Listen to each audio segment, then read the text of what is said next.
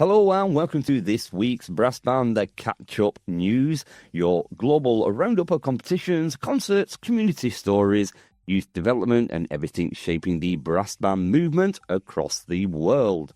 I'm your host Peter Webster, and over the next 15 minutes we'll travel from the United Kingdom to Europe, North America, Australasia and beyond, bringing you the latest stories making headlines in the brass band scene. On this week's news catch-up, major contest preparations gather pace across Europe, youth bands continue to drive new membership growth, new commissions and collaborations are expanding brass band audiences, and community bands face funding pressures, but innovation is keeping music alive.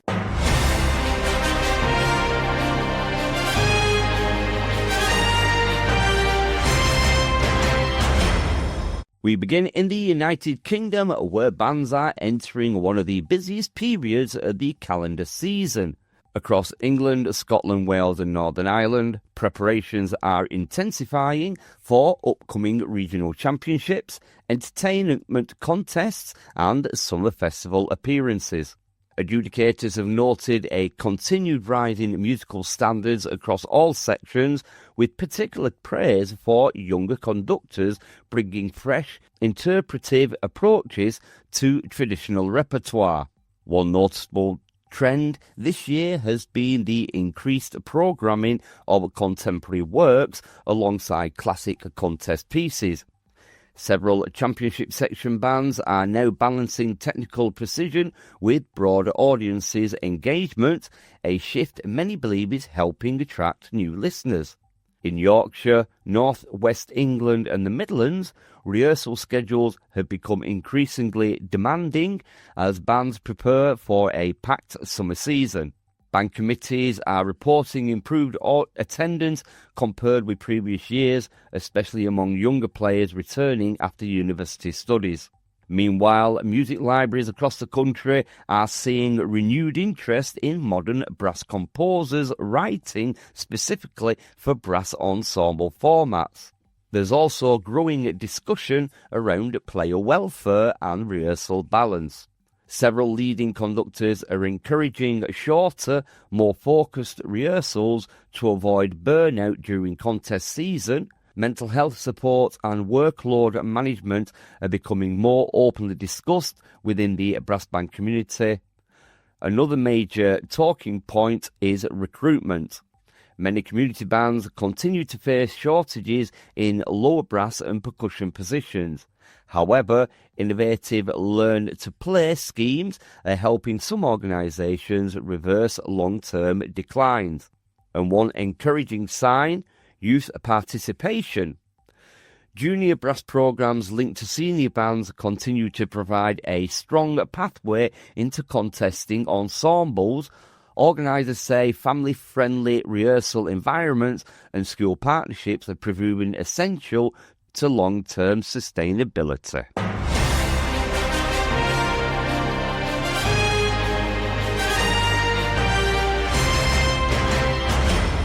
Youth Champs returns to Birmingham, United Kingdom in 2027.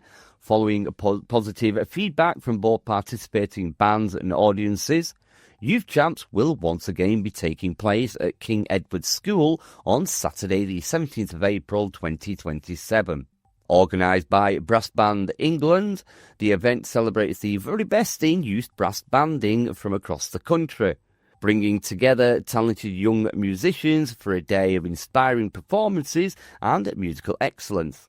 A break from tradition? Well, due to the where Easter falls in 2027, alongside the positioning of the Regional Brass Band Championships within the calendar, the traditional end of March date was not possible this year.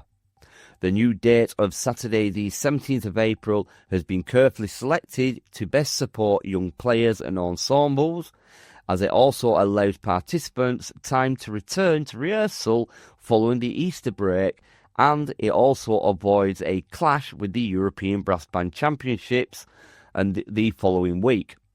It additionally sits far enough ahead of the summer exam season to enable participation from as many young musicians as possible.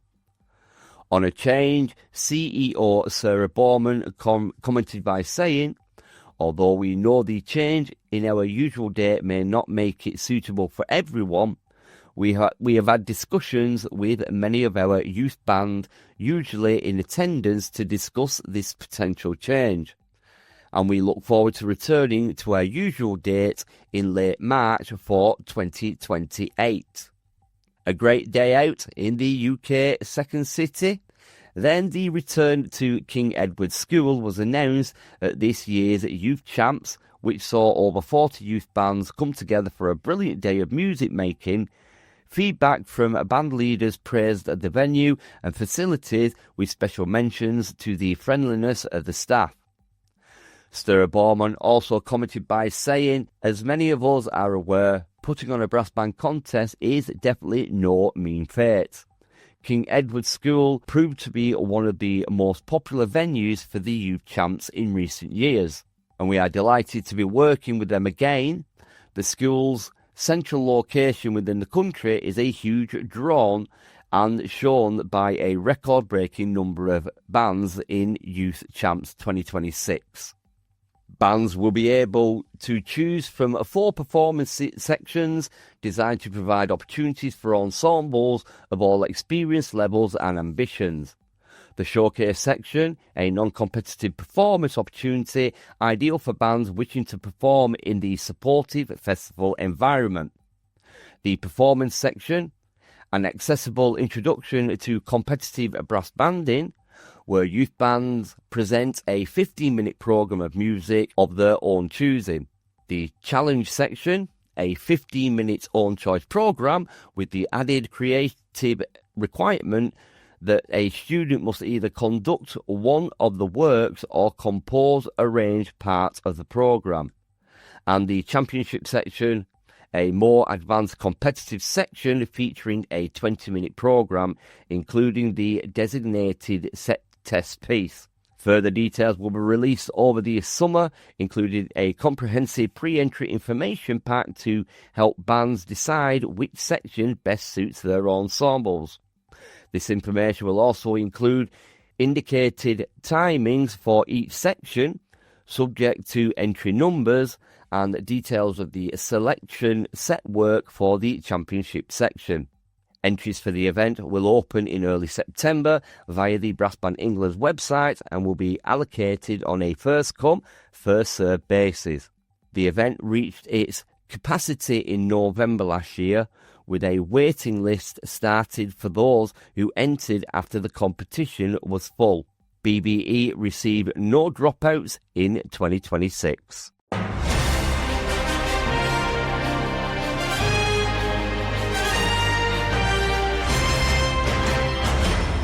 Across mainland Europe, brass band culture continues to expand rapidly. In the Netherlands, Belgium, Norway, Switzerland and Germany, contest participation remains exceptionally strong, with audiences filling concert halls for both elite and the community-level events. European bands are increasingly embracing cross-genre programming, blending traditional brass repertoire with jazz, folk music, film scores and electronic accompaniment. Scandinavian bands in particular continue to influence performance standards internationally, and Norwegian and Danish ensembles are drawing attention for their precision, tonal clarity and adventurous concert design. Conductors there say audiences increasingly expect theatrical presentation as well as musical excellence. One major trend emerging across Europe is collaboration. Bands are partnering with choirs, orchestras, solo vocalists and even dance companies to create immersive concert experiences. Festival organisers say this approach is helping brass ensembles reach audiences who may never previously have attended a brass band performance. Meanwhile, conservatories across Europe are seeing a growing interest in brass band conducting courses. Young conductors are entering the movement with background in orchestral, wind band and jazz traditions, bringing fresh ideas into the rehearsal rooms. There's also increasing investment in composer development schemes. Several new commissions this season focus on climate themes, migration stories, and regional cultural identity, reflecting a broader move towards social, engaged programming. Financial pressures, however, remain a concern. Rising travel costs and venue hire expenses continue to challenge many contest organisers. Small bands in rural regions are particularly affected. Yet despite those pressures, participation numbers remain resilient, and many administrators say enthusiasm for brass banding remains stronger than ever.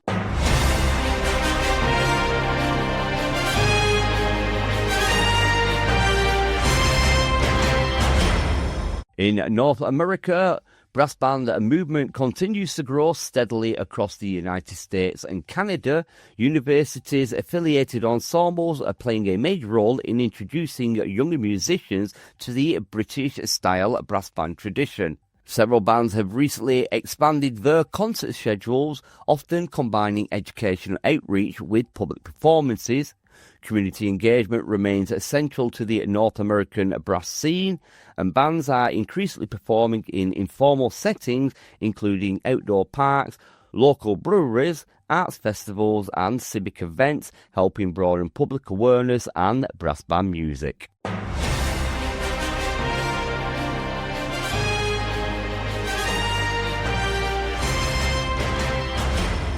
And finally, in Australia and New Zealand, brass bands continue to enjoy strong community support, particularly in regional towns and cities. Summer concert series and outdoor civic performances remain popular as ever, with bands often serving as key cultural institutions within their communities. Youth training programs across Australasia are receiving renewed attention this year. Several state organisations have launched beginner brass initiatives aimed at primary school students, with experienced senior players acting as mentors. And band leaders say retention improves significantly when younger musicians feel socially connected as well as musically challenged. Meanwhile, in parts of Asia, interest in brass ensembles performance continues to grow. Educational institutions in Japan, Singapore, South Korea and parts of China are increasingly incorporating brass band repertoire into broader instrumental programs. International guest conductors and soloists are also contributing to stronger global links across brass band communities. And unfortunately, that's all the time we've got for this edition of your Brass Band World Catch-Up News. Today we've seen a global movement balancing tradition with innovation, embracing new audiences while preserving the unique culture and identity that makes brass bands so special. So wherever you are in the world, whether you're rehearsing for a contest, preparing for a concert, teaching beginners or simply enjoying the music, thank you for being part of the international brass band community.